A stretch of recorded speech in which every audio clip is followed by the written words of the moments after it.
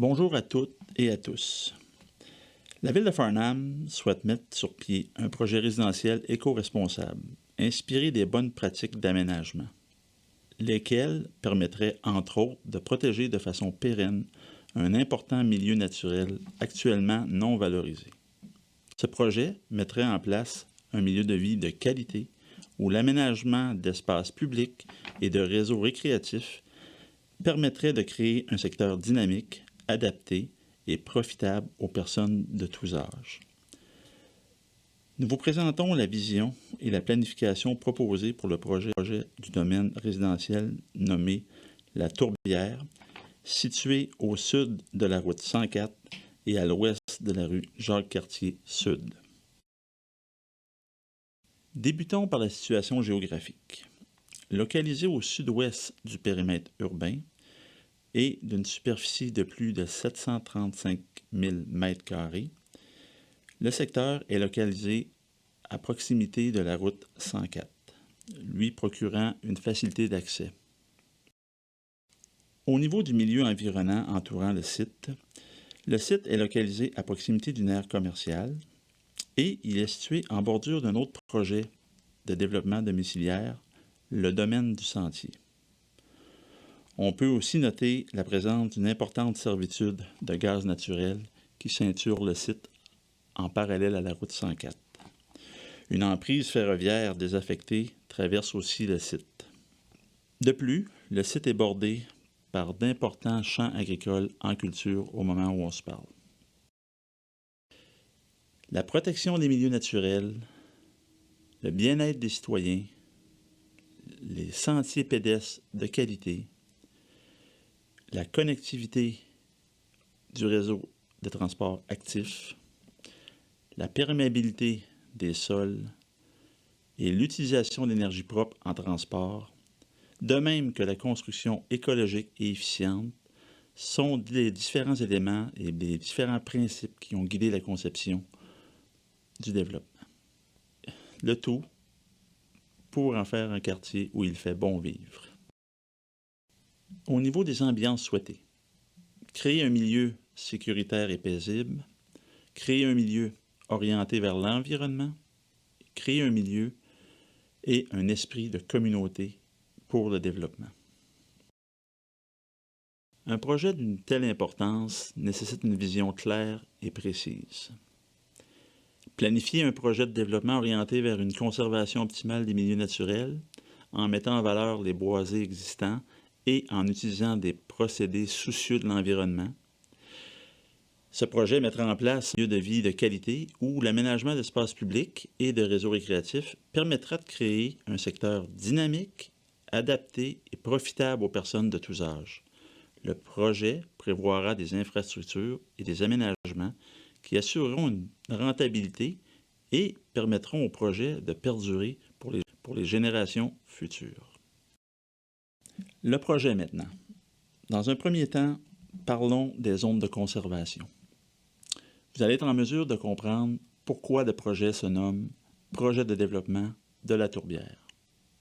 En effet, le projet assure la conservation de près de 400 000 m² de milieux naturels, soit environ 55 % de la superficie du développement.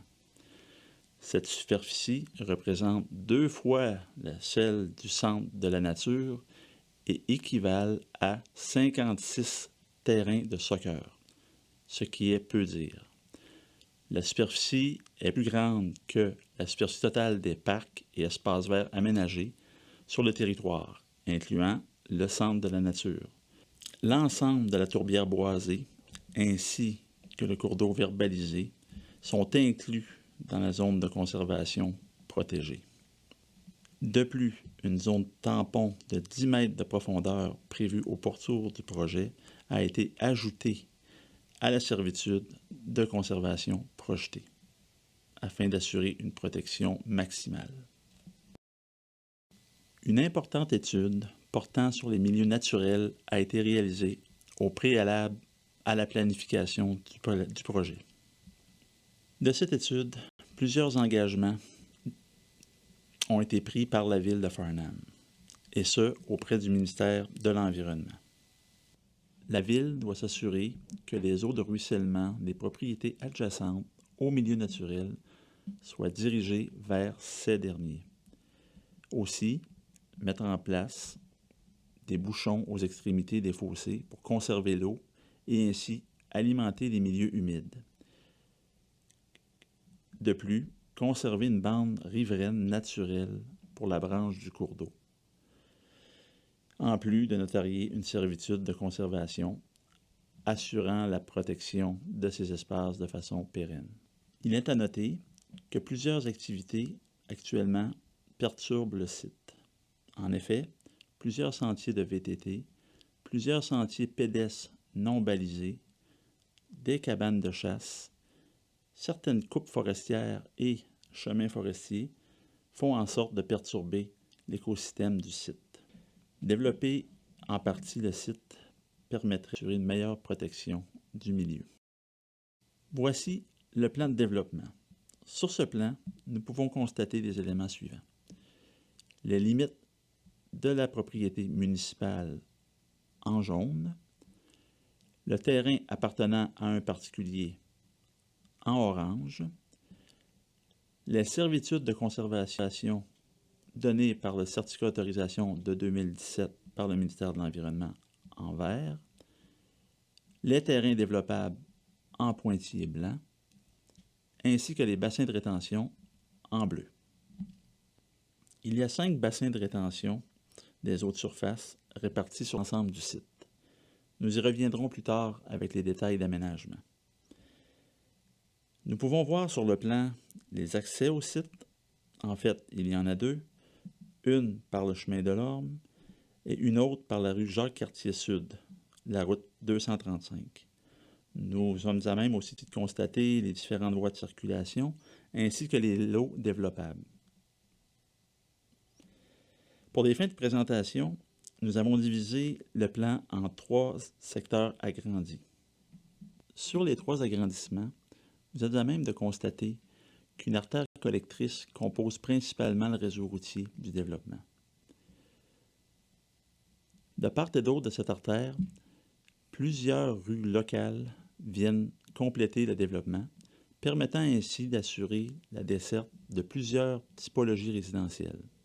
Dans notre cas, on parle ici de résidences unifamiliales, unifamiliales jumelées et unifamiliales en rangée. La géométrie de l'artère principale permet d'assurer le contrôle au niveau de la vitesse des véhicules, de façon à assurer la sécurité des piétons et des usagers de la route. Sur la diapositive, nous sommes à même de constater un aménagement type de rue recherchée, avec une piste multifonctionnelle, un aménagement paysager fortement végétalisé, ainsi que de la biorétention de part et d'autre de la rue. Cet aménagement est privilégié pour l'artère principale du développement, entre autres.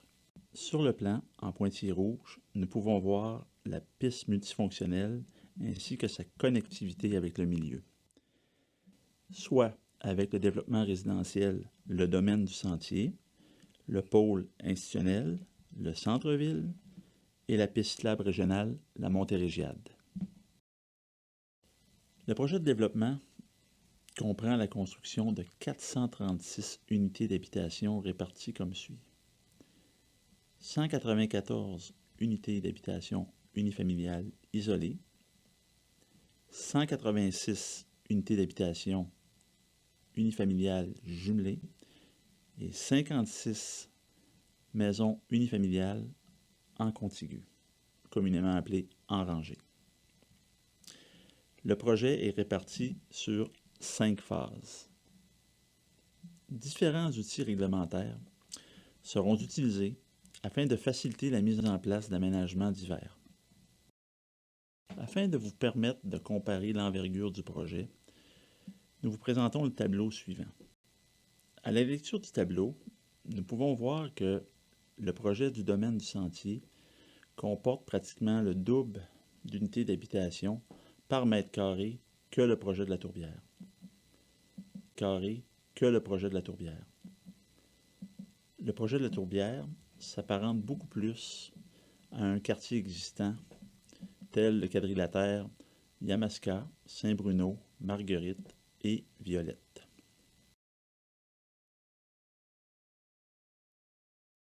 Au niveau de l'architecture suggérée pour les différentes unités d'habitation, nous allons privilégier les toits en pente, les matériaux naturels, une bonne fenestration et l'intégration à l'environnement, de sorte à ce que les différentes unités d'habitation se confondent dans le paysage. Ces images, à ce que les différentes unités d'habitation se confondent dans le paysage. Ces images sont simplement présentées à titre indicatif et pourront évoluer avec le développement.